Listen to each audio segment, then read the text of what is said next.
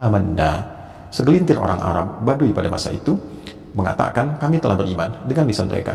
Qul lam tu'minu, maka Allah menyampaikan kepada Nabi Muhammad SAW, Muhammad sampaikan pada mereka, lam tu'minu, kalian belum beriman yang sejati, belum benar.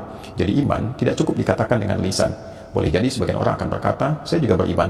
Boleh jadi ada orang yang memang membutuhkan kalimat iman itu untuk kebutuhan duniawi, sehingga dengan lisannya dia bisa berkamuflase mengatakan, saya pun beriman, saya juga muslim. Maka Allah membuat standar, qul lam tu'minu, katakan Muhammad SAW, kalian belum beriman yang sejati.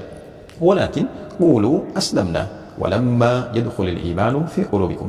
Tapi cukup katakan, saya baru mendeklarasikan sebagai muslim, saya pun Islam. Tapi untuk memastikan keislaman Anda benar itu, cek dalam kalbumu. Kalau hanya di lisan, belum masuk ke dalam hatinya, maka belum masuk standar beriman yang sejati, baru klaim dasar keislaman saja. Bagaimana mengkonfirmasi bahwa iman itu sudah masuk ke dalam hati? Maka turunlah kemudian Al-Quran surah ke-8 Al-Anfal.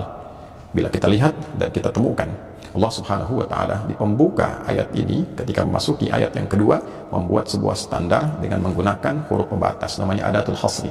Innamal mu'minuna alladhina idza dzukirallahu wajilat qulubuhum wa idza tuliyat 'alaihim ayatuhu zadatuhum imana wa 'ala rabbihim yatawakkalun. Sungguh, ciri orang-orang yang memiliki keimanan itu hanyalah jika awal ayat diawali dengan kata innama, itu disebut adatul hasri, huruf pembatas akan satu hukum. Innamal mu'minuna, sungguh ciri orang yang beriman itu, orang-orang yang mengatakan telah beriman itu hanyalah sebagai berikut.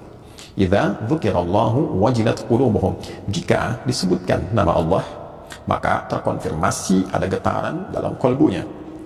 Jadi ciri yang pertama, jika disebutkan nama Allah ada konfirmasi keimanan, keyakinan pada hatinya yang paling dalam.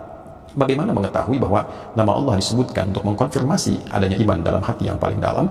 Maka disebutkanlah nama Allah 5 kali dalam sehari, setiap pergantian waktu, untuk mengkonfirmasi bahwa dalam setiap pergantian waktu satu hari itu, subuh masuk ke siang, dari pagi ke siang ada iman, siang ke sore ada iman, sore ke maghrib menjelang pergantian malam ada iman, malam sebelum tidur pun ada iman. Jadi tidurnya membawa iman. Disebutkanlah nama Allah, diperdengarkan di telinga kita. Dalam bahasa Arab telinga itu disebut udhun, jamaknya adzan, maka sering diartikan dengan panggilan.